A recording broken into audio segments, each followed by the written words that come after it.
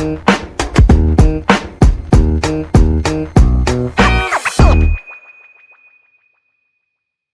insan Dikti Saintek, balik lagi di Dikti Saintek Menyapa, tempat kita sharing bersama tokoh-tokoh inspiratif yang berjuang untuk pendidikan tinggi, sains, teknologi, dan juga inovasi Indonesia. Hari ini spesial sekali, karena kita akan bahas tentang gagasan besar bernama Sekolah Garuda, yang merupakan cita-cita bangsa untuk penyeimbang pendidikan berkualitas di seluruh Indonesia, supaya anak-anak kita bisa bersaing di level global. Bersama saya Yos Aditya, dan yang istimewa kali ini, kita kehadiran narasumber yang punya visi kuat terkait hal tersebut. Sudah hadir bersama kita ada Wakil Menteri Dikti Saintek, Profesor Stella Christy. Halo Prof, apa kabar? Halo Mas Yos, baik-baik. Luar biasa, vibes-nya selalu positif, energinya selalu baik, apalagi ditonton sama teman-teman generasi muda di sana. Boleh sapa-sapa dulu dong sama teman-teman. Sapa-sapa buat insan Dikti Saintek yang pastinya kebanyakan para mahasiswa dan juga para teman-teman saya, para dosen. Halo semuanya, Sekolah Garuda ini walaupun tingkatnya SMA sangat berkaitan dengan universitas juga. Nanti kita ceritain kenapa. Luar biasa. Prof, ngelihat sosial medianya, setiap hari kunjungan terus nih ke seluruh Indonesia. Pastinya. Daerah ya, Daerah, betul. ya. Saat ini sudah 46 universitas di 19 provinsi. Wow. Iya, dalam ya hampir 11 bulan menjabat. Ya, jadi memang sih kayak 2 minggu sekali gitu kita ke daerah.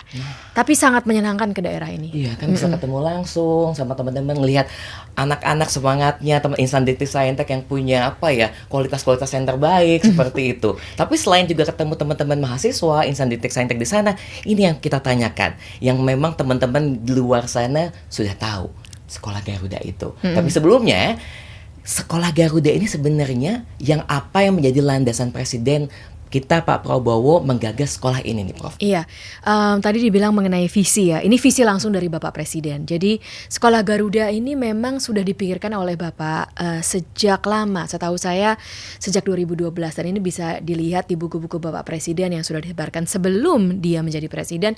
Dia sudah menggagaskan visi mengenai Sekolah Garuda. Mengapa? Pertama, Bapak Presiden melihat bahwa bangsa yang maju secara perekonomian itu harus berlandaskan sains dan teknologi. Bapak Presiden, itulah kenapa salah satunya kita mempunyai kementerian yang khusus adalah Kementerian Pendidikan Tinggi, Sains dan Teknologi. Jadi Bapak Presiden sungguh melihat bahwa sains dan teknologi ini menjadi suatu kunci bagi pertumbuhan ekonomi negara kita. Nah, untuk bisa mencapai kunci tersebut, ini visi. Visi itu harus ada strategi. Bapak Presiden melihat apa yang strategi yang diperlukan. Strateginya adalah untuk kita bisa membangun sains dan teknologi yang banyak sekali dilakukan di perguruan tinggi, kita harus membangun SDM-nya. Selain kita membangun perguruan tinggi, kita juga harus mempersiapkan sebelum bahkan perguruan tinggi. Itulah kenapa Bapak Presiden memikirkan bahwa SDM di bidang STEM, di bidang sains dan teknologi ini, sains, teknologi, engineering, mathematics, perlu dipupuk dan dibuat sejak SMA. Karena itu strategis, SMA 3 tahun, tetapi begitu dibina di SMA ini kemungkinannya untuk bisa memupuk mereka menjadi sangat kuat di perguruan tinggi, baik sebagai mahasiswa maupun nanti setelah lulus menjadi bagian dari dosen-dosen dan peneliti-peneliti, itulah yang jadi. Dan dalam strategi ini penting sekali Bapak Presiden melihat bahwa kalau kita hanya membangun tidak akan tercapai. Kenapa? Karena kalau kita hanya membangun SMA yang bagus, tetapi kembali lagi diperuntukkan untuk mereka yang dulunya pun bisa mendapatkan pendidikan yang sangat berkualitas, itu tidak akan mengubah. Bapak Presiden dalam visinya mau merubah apa? Merubah akses bagi pendidikan berkualitas. Sehingga strategi nomor 2 yang Bapak Presiden pikirkan yang sangat penting sekali adalah ini harus menjadi penyeimbang akses bagi pendidikan berkualitas.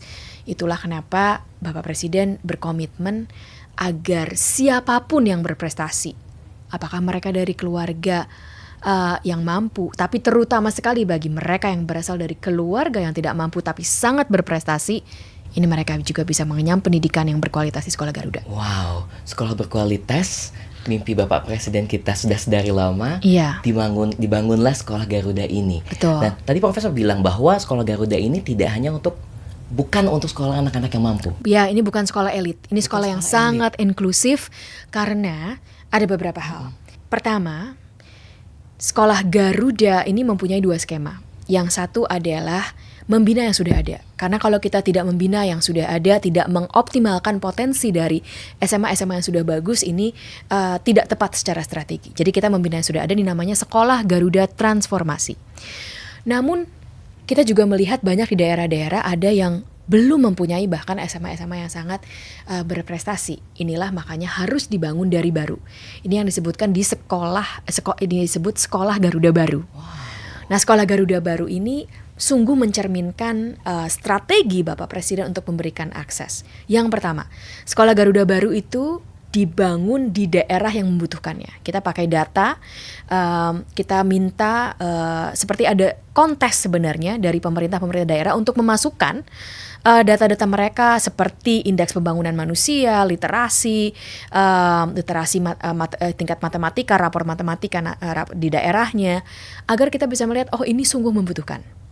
Jadi pertama ya, kita bukan membangun lagi-lagi di Jawa, kita justru membangunnya di daerah yang sangat membutuhkan. Banyak di daerah timur, tapi juga di Aceh, sampai ke Papua. Yang kedua, mereka yang berprestasi dan membutuhkan, artinya keluarganya tidak mampu untuk membayarkan, mereka akan diberikan beasiswa penuh waktu mereka bersekolah di SMA.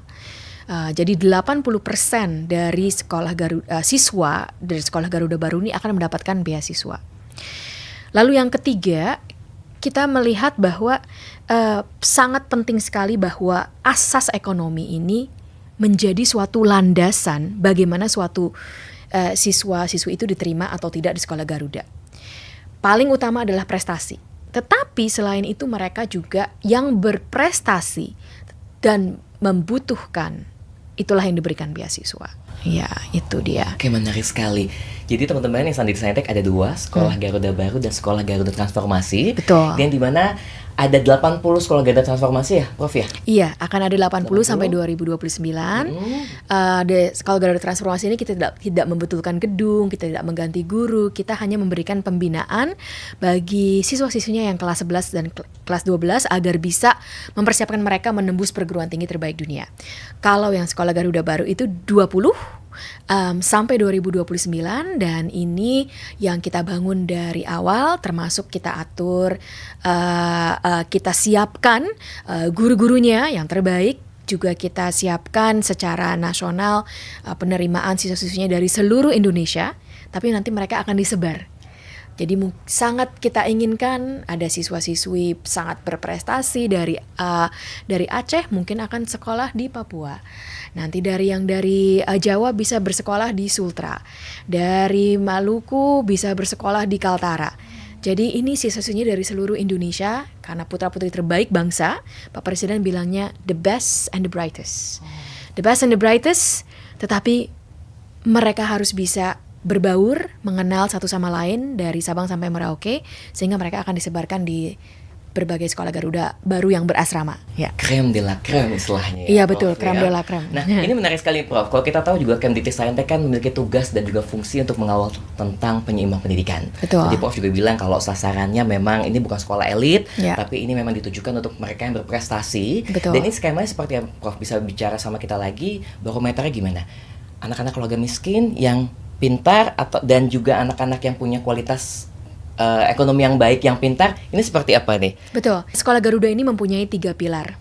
Jadi pilar pertama tadi yang sudah saya bicarakan banyak adalah penyeimbang akses bagi pendidikan berkualitas. Artinya sungguh kita, Bapak Presiden ingin merubah landscape dari pendidikan berkualitas. Kalau sebelumnya mungkin kebanyakan pendidikan berkualitas, kalau kita boleh jujur, di Indonesia itu hanya bagi mereka yang mampu. Nah inilah, tapi Bapak Presiden tuh melihat dan percaya bahwa kita mempunyai Einstein dan Marie Curie di setiap pelosok Indonesia. Jadi talenta itu ada di mana-mana, tetapi peluang tidak tercipta begitu saja. Sehingga peluang inilah yang harus dibuat oleh pemerintah.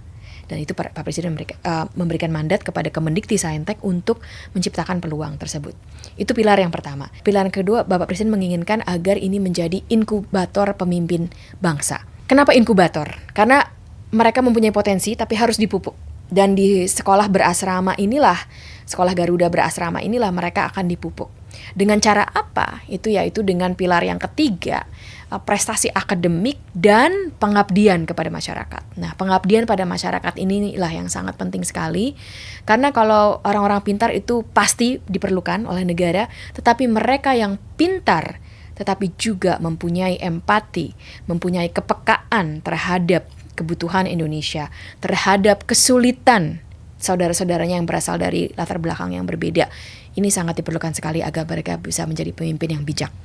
Jadi kita sering bilang di Sekolah Garuda itu kita inginkan mereka yang berwawasan global tetapi mempunyai kepekaan lokal. Untuk mencapai semua itu, kalau kita lihat secara konkret dan detail, bagaimana nanti penerimaan siswa-siswinya dari tingkat SMP ke SMA ini.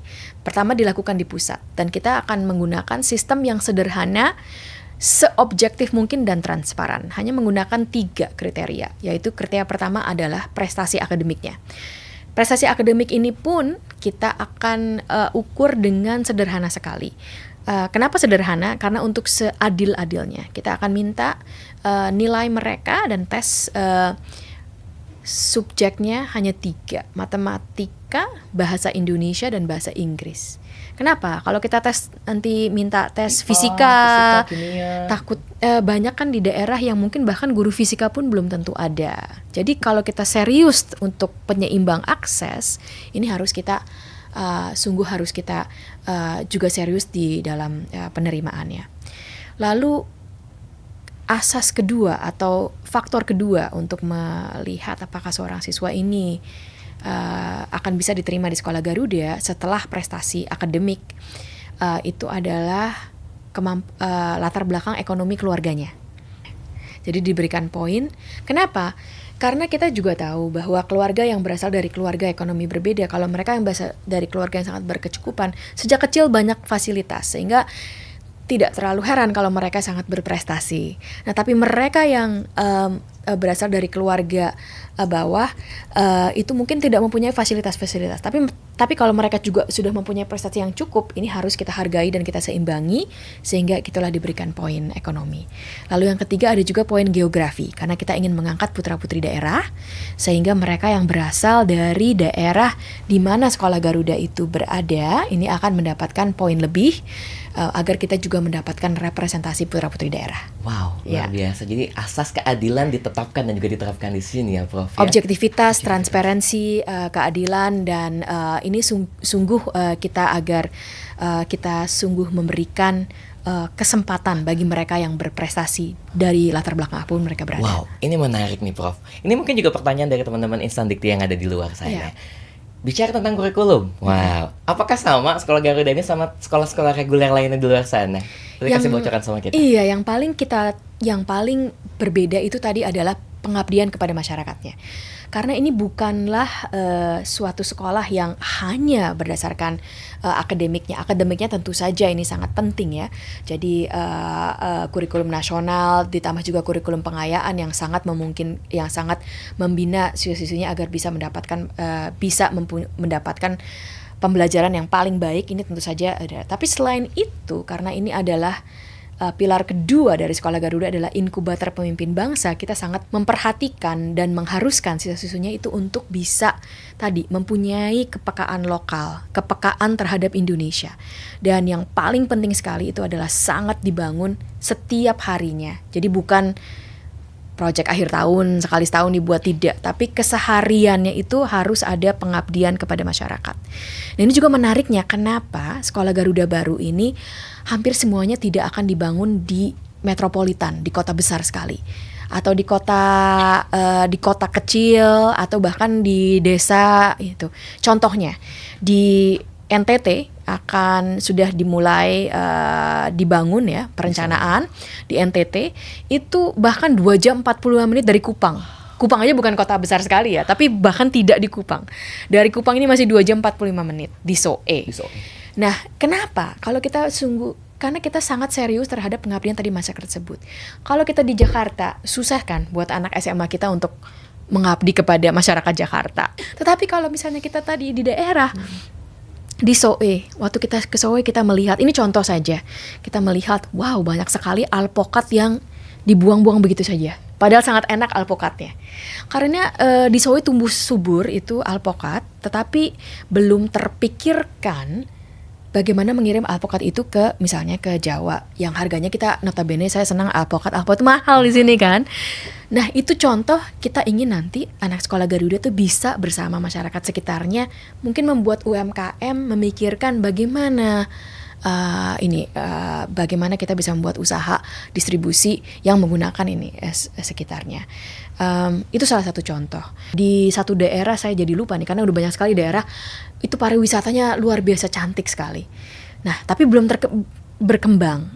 Seorang anak SMA mungkin bisa membuat Instagram tentang pariwisata lokal, bekerja sama dengan masyarakat setempat memajukan pariwisata lokal. Itu yang sungguh kita inginkan dari Sekolah Garuda. Wow, minat dan bakat anak-anak Sekolah Garuda ini akan dipupuk. Jadi bukan secara akademisi saja ya, Prof ya. Tentu saja, karena tadi ada yang pilar kedua adalah inkubator pemimpin bangsa. Jadi kita memupuk karakter jiwa pengabdian, jiwa kepekaan, dan jiwa kesadaran terhadap apa sebenarnya Indonesia, apa yang dibutuhkan Indonesia, selain juga prestasi akademik agar mereka bisa bersaing secara global. Terutama kebutuhan di wilayahnya tersebut, wilayahnya mereka sendiri. Betul, di wilayahnya tersebut. Wow. Ya. Prof, ini menjadi kekhawatiran juga mungkin bagi teman-teman dan juga masyarakat di luar sana terkait dari sisi pembiayaan. Agak sensitif mungkin nih Prof ya.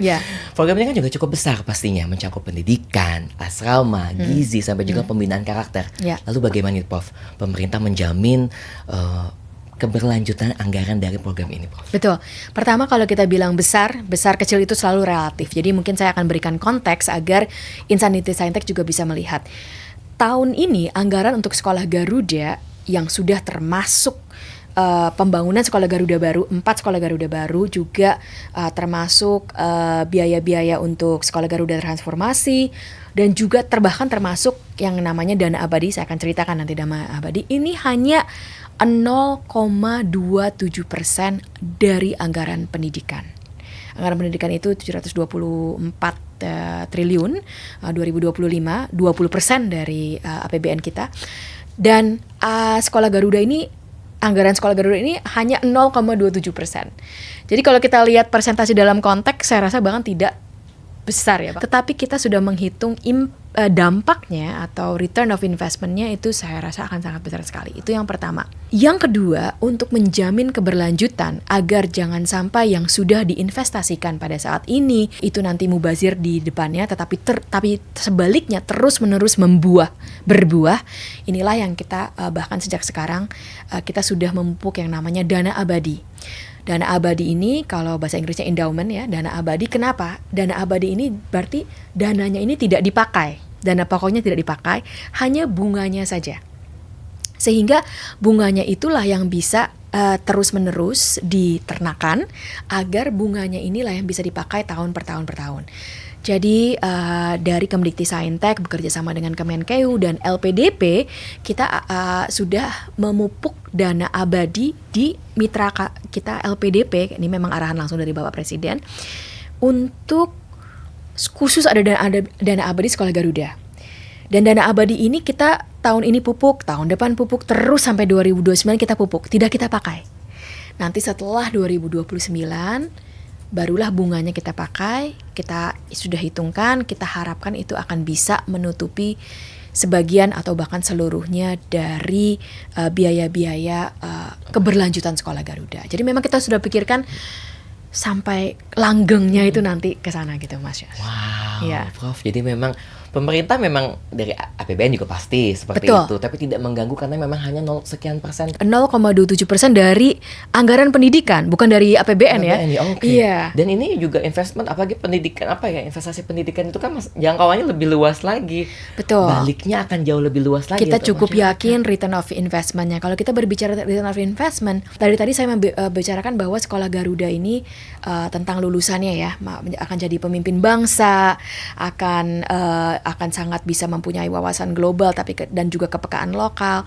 Tapi sebenarnya selain itu, tadi karena pengabdian kepada masyarakat, kita juga sangat yakin bahwa ini akan meningkatkan pertumbuhan ekonomi lokal. Bayangin saja, kita akan punya Sekolah Garuda baru yang dibangun di Kendari, di Konawe Selatan sebenarnya. Itu di Konawe Selatan di Sultra, Sulawesi Tenggara. Nah, ini murid-muridnya akan datang dari seluruh Indonesia. Berarti orang tuanya yang ngunjungin dari seluruh Indonesia. Nah, kalau orang tuanya ngunjungin kan berarti orang tuanya perlu penginapan. Nanti mungkin orang tuanya ingin berpariwisata. Nah, ini kan jadi meningkatkan pertumbuhan ekonomi lokal. Selain itu, yang akan bekerja di Sekolah Garuda, yang akan menyediakan makanannya, menyediakan keamanan, itu juga akan staf dari daerah lokal. Sehingga tentu saja kita juga sudah memperhitungkan akan ada pertumbuhan ekonomi lokal dari Sekolah Garuda baru tersebut. Wow, ini fun fact di luar dari skrip nih, Prof. Wah, aku kemarin nonton di satu podcast, Prof, Ya. bahwa profesor itu nggak cuma, saya sangat luar biasa sama beliau, nggak cuma ngurusin tentang visi misi kurikulum, tapi sangat detail terhadap kenyamanan pengajarnya. Betul, betul. Bahkan tempat tinggalnya pun diurusin loh. Sangat diurusin. Berapa meter persegi? Terakhir kita kalau nggak salah 59 meter persegi. Tapi saya minta apakah bisa sedikit lebih besar. Terus di mana letaknya, desainnya. Kenapa? Kembali lagi, data menunjukkan sekolah itu hanya bisa berhasil jika guru-gurunya yang paling berkualitas. Untuk mendapatkan guru-guru berkualitas, mereka harus nyaman, mereka harus dipenuhi kebutuhannya, dan kita memberikan yang terbaik untuk guru-guru kita. Siswa-siswinya terbaik, pasti pengajarnya terbaik. Betul. Ini ada tesnya juga ya, Prof ya? Akan ada tesnya juga pasti. Saya pasti nggak lolos. Tapi kalau saya. ada juga nih, untuk siswa-siswinya, Gimana, Prof? kita bilang kalau siswa-siswinya kita berikan asramanya yang sederhana saja, mencukupi kebutuhan tapi sederhana. Tapi kalau untuk gurunya, saya sering ketemu dengan para arsitek dibikin yang paling bagus. Jadi beda kualitas tinggal untuk guru dan kualitas tinggal untuk siswa beda. Kenapa? Guru harus lebih bagus dari siswanya, jauh lebih bagus. Dan ini yang kita perjuangkan agar kita sungguh memberikan penghargaan dari segala sisi. Gaji guru pun kita sedang perjuangkan untuk mendapatkan yang terbaik, yang tertinggi yang bisa kita dapatkan dalam sesuai dengan peraturan keundang-undangan. Dan tentu saja ketersediaan anggaran negara. Tetapi kita perjuangkan itu. Guru-guru kita harus mendapatkan yang terbaik agar kita bisa mendapatkan yang terbaik dari mereka. Luar biasa, Ya. terbaik dari yang terbaik. Ya. Nah, bicara kita ke tantangan, Prof. Apa tantangan terbesar dalam memperluas pembangunan juga pengelolaan sekolah-sekolah ini yang pastinya nih menjadi visi dan juga impian kita bersama, Prof. Tantangannya apa dari sekarang? Betul. Sekarang satu tantangan yang kita hadapi adalah strategi dan visi Bapak Presiden ini lain dari biasanya. Kalau kita lihat bahkan bercermin ke negara-negara lainnya, untuk membutuhi pendidikan itu biasanya pendidikan yang bisa memenuhi kebutuhan banyak. Itu sebenarnya sudah dilakukan oleh Bapak Presiden dengan sekolah rakyat ya. Tetapi sekolah Garuda ini visinya berbeda. Visinya adalah untuk melengkapi sekolah rakyat tersebut, memberikan pendidikan yang sangat berkualitas. Tetapi pendidikan berkualitas ini diberikan kepada mereka yang tadinya tidak mempunyai akses kepada pendidikan berkualitas. Jadi ini sebenarnya satu tantangan pada saat ini adalah bagaimana memberikan pengertian kepada masyarakat luas bahwa ini sungguh menjawab kebutuhan. Karena kadang-kadang mungkin, loh kenapa kok jadi kayaknya sekolahnya eksklusif? Tapi sebenarnya ini terbalik dari eksklusif. Sekolah-sekolah yang sangat berkualitas mungkin yang ada sekarang di bumi Indonesia ini masih dan itu bisa dimengerti, masih kebanyakan adalah untuk mereka yang mampu untuk berbayar. Kalau ini justru terbalik. Tapi kita tetap mempunyai jawabannya. Jadi itu bagaimana kita bisa memperlihatkan, memberikan pengertian bersama-sama dengan publik dan juga KL-KL lainnya bahwa strategi Bapak Presiden ini sangat-sangat memang tidak seperti yang sudah ada sebelumnya, namun ini sungguh memenuhi kebutuhan Indonesia. Tapi kita sangat dibantu nih Mas, makanya karena strateginya berbeda ya Bapak Presiden ya, ini kita banyak sekali kerjasamanya dengan KL-KL lain. Aduh, kalau tidak kerjasama dengan KL lain, nggak mungkin kita bisa sampai pada titik saat ini.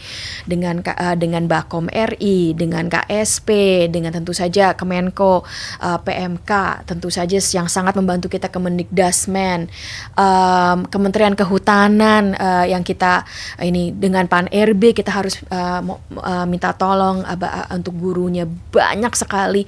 Bahkan kita juga dibantu oleh kejaksaan untuk memastikan semuanya berjalan dengan baik. Jadi kita antar lintas dengan lembaga lain ini dengan kementerian lembaga lainnya sangat luar biasa banyak untuk bersama-sama sebagai pembantu Bapak Presiden kita mewujudkan visi Bapak yang luar biasa forward thinking.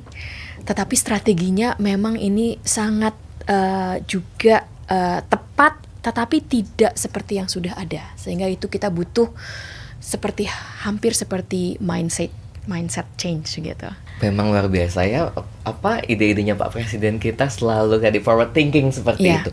Prof, ini juga mungkin bisa satu tantangan, Prof. Kita tahu bahwa lebih dari 3 juta anak di Indonesia itu tidak bersekolah di tahun 2024. Kebanyakan dari keluarga prasejahtera. Tadi juga Prof sampaikan bahwa kalau sekolah Garuda ini terbalik nih, seperti itu. Nih, bagaimana Prof sekolah Garuda ini bisa diharapkan bisa menjadi solusi nyata untuk persoalan-persoalan besar seperti ini, Prof? Betul. Untuk setiap program Bapak Presiden itu adalah solusi.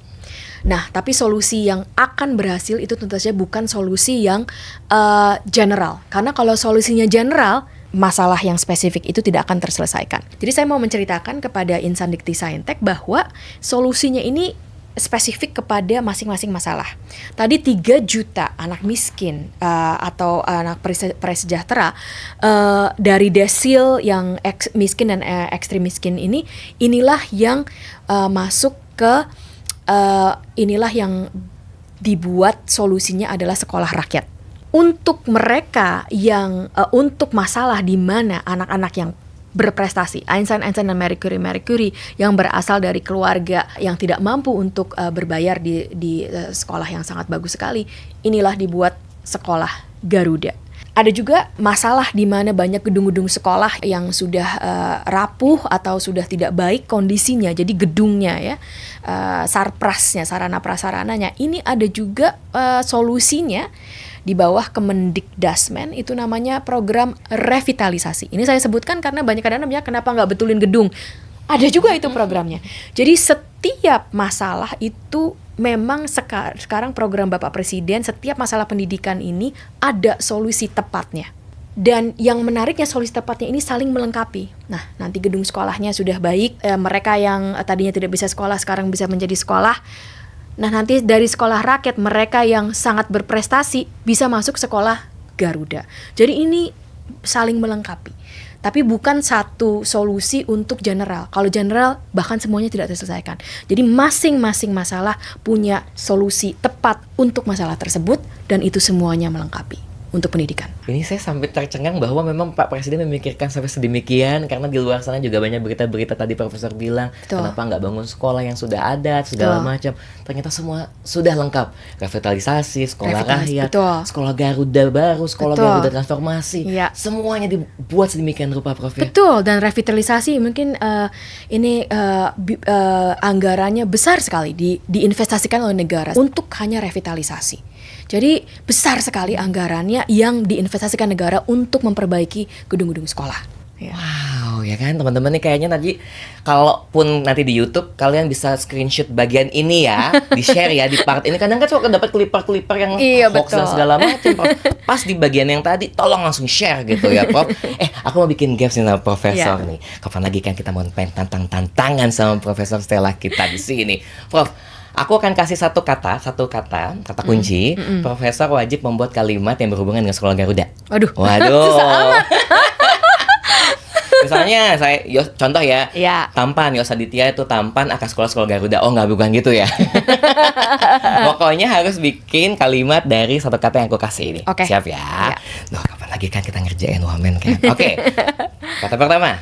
Inovasi. Sekolah Garuda akan menghasilkan murid-murid yang berinovasi di bidang STEM bagi bangsa dan negara. Cakep. Wah, yang kedua, penyeimbang. Sekolah Garuda ditujukan untuk penyeimbang akses pendidikan berkualitas bagi seluruh putra-putri bangsa. Sempurna. Yang ketiga nih, talenta. Sekolah Garuda akan membina talenta terbaik bangsa dan melahirkan pemimpin generasi emas. Terakhir, global. Sekolah Garuda melahirkan visi mereka yang mempunyai wawasan global tetapi juga kepekaan lokal. Terakhir lagi, bubur diaduk apa bubur nggak diaduk? Bubur diaduk apa bubur nggak diaduk? Diaduk. Diaduk. Kita sama. Saya senang makan bubur soalnya. Ada langganan saya bubur Monas di Ben Hill. Bubur manis, bubur asin. Asin. Aku manis. Soalnya aku udah manis banget. Wah, ini sebetulnya ada orang-orang sini mau ngajak tepuk tangan cuma nggak enak ya, tapi itu luar biasa banget di sini. Sekali lagi keren banget obrolan kita, Prof. Saya boleh tambahin satu Boleh, nggak? boleh. Karena ini kan untuk Insanity Saintek. Ada satu penting sekali untuk Insanity Saintek. Mungkin Insanity Saintek nanyain, loh ngapain sih kok SMA ditaruh di Kemendikti Saintek? Nah, yang Sainteknya saya rasa udah terjawab ya, karena ini memang khusus untuk Saintek, dibina sangat terfokus bagi Saintek, sehingga itulah ditaruh di Kemen Sainteknya. Tapi kenapa diktinya? Nah, Insanity Saintek, diktinya ini sangat-sangat berpengaruh dan sangat mempunyai peran yang sangat penting sekali. Begitu Sekolah Garuda Baru ini mulai berdiri, bahkan sekarang pun Sekolah Garuda Transformasi, kita sudah membuat skema di mana dosen-dosen dari perguruan tinggi di setempat itu akan diminta untuk membimbing siswa-siswinya, misalnya dalam riset, tetapi juga dalam hal-hal lainnya. Sementara ini misalnya program dari Sekolah Garuda Transformasi ini bekerja sama dengan dosen-dosen di universitas. Nanti juga di Sekolah Garuda Baru akan demikian. Tapi bukan itu saja, bahkan dari pembangunannya pun, pembangunan Sekolah Garuda Baru ya, ini kita juga langsung bekerja sama dengan universitas. Kenapa? Pertama, universitas ini mempunyai keahlian, dan mereka yang berasal dari universitas yang ada di setempat itu sangat mengetahui seperti apa tanahnya, seperti apa sejarahnya, seperti apa bahkan topologinya, seperti apa airnya. Jadi kita melibatkan universitas sejak titik pertama. Contohnya saja di Beltim ini, Universitas Bangka Belitung bekerja sama dengan ITS Surabaya. Ini yang sedang menggambar akan seperti apa.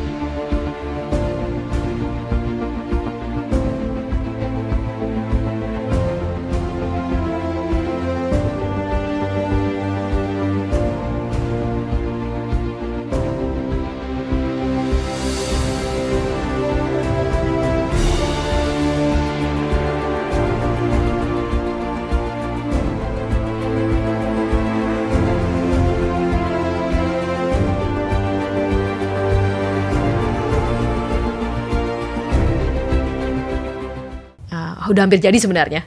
Jadi arsitekturnya bisa dikasih lihat mungkin. Ini adalah kerjasama dari ITB dan Bangka Belitung. Sorry, tadi saya lihat salah ingat. Bukan ITS, ITB dan Bangka Belitung untuk yang di Beltim. Nanti untuk yang di Sultra misalnya itu adalah UNS dan USK bekerja sama untuk menghasilkan gambar apa sebenarnya arsitektur dari situ. Itu contohnya saja. Jadi ini dan kita nanti visi besarnya itu karena siswa-siswinya dari sekolah sangat bergaul dan di bawah bimbingan dari dosen-dosen di universitas setempat. Begitu siswa-siswi ini bisa menembus dunia ke perguruan tinggi terbaik dunia, mereka kan tetap akan juga mengajak dosen-dosen ini. Jadi dosen-dosen dari universitas setempat bisa juga akan kita harapkan berada hubungan jejaring dengan universitas dunia. Jadi itu visi besarnya. Tapi sejak sekarang, jadi itulah kenapa setiap kali saya mengunjungi calon lokasi Sekolah Garuda, selalu mengunjungi universitas, selalu meminta bantuan universitas. Jadi sangat berhubungan dengan dikti. Wow. Jadi anak SMA ini sudah dapat dosen pembimbing. Betul, karena itulah yang membuat mereka nanti bisa secara riset sudah maju sekali. Itu memang visinya Bapak Presiden, makanya ditaruhnya di Kemdikti Saintek, soalnya persiapan ke universitas. Persiapannya luar biasa loh, sampai dosennya dipikirkan ketika nanti berjejaring dengan dosen internasional. Betul. Dan kembali lagi untuk masyarakat setempat. Betul. Wow. Ya. Yang di rumah boleh tepuk tangannya untuk beliau ya, keren banget ya. Oh, terima kasih. Wow. Yang di rumah lah di sini ikutan loh. Terima kasih loh. Ini yang di rumah auranya sampai sini, Oh, Prof. gitu. Vibes-nya juga karena profesor luar biasa jadi kita ikutan. Prof, sekali lagi saya terima kasih sudah Saya hadir juga di terima studio kasih. kita, yang dimana kali ini sudah bersama kita Profesor Sela Christy, yang memang dari tadi kita membahas Sekolah Garuda adalah simbol dari sebuah harapan besar. Ya. Harapan kita semua. Ya. Dan semangat penyeimbang pendidikan serta investasi masa depan untuk bangsa kita, bangsa Indonesia. Ya. Prof, terima kasih Terima waktunya. kasih sekali. Sudah sharing sama kita, Ya. ngasih semangatnya, ngasih vibes-nya, ngasih energinya, ngasih informasi sarapannya apa, juga terima kasih tadi ya. Dan jangan lupa buat teman-teman sekalian untuk mendukung program-program Dikti Saintek, karena kenapa? Masa depan kita, masa depan bangsa ada di tangan kita semua. Itu betul sekali. Iya. Sampai ketemu lagi di Dikti Saintek Menyapa. Mari kita wujudkan Indonesia emas lewat pendidikan yang merata dan berkualitas. Salam Dikti Saintek berdampak. Salam Dikti Saintek berdampak.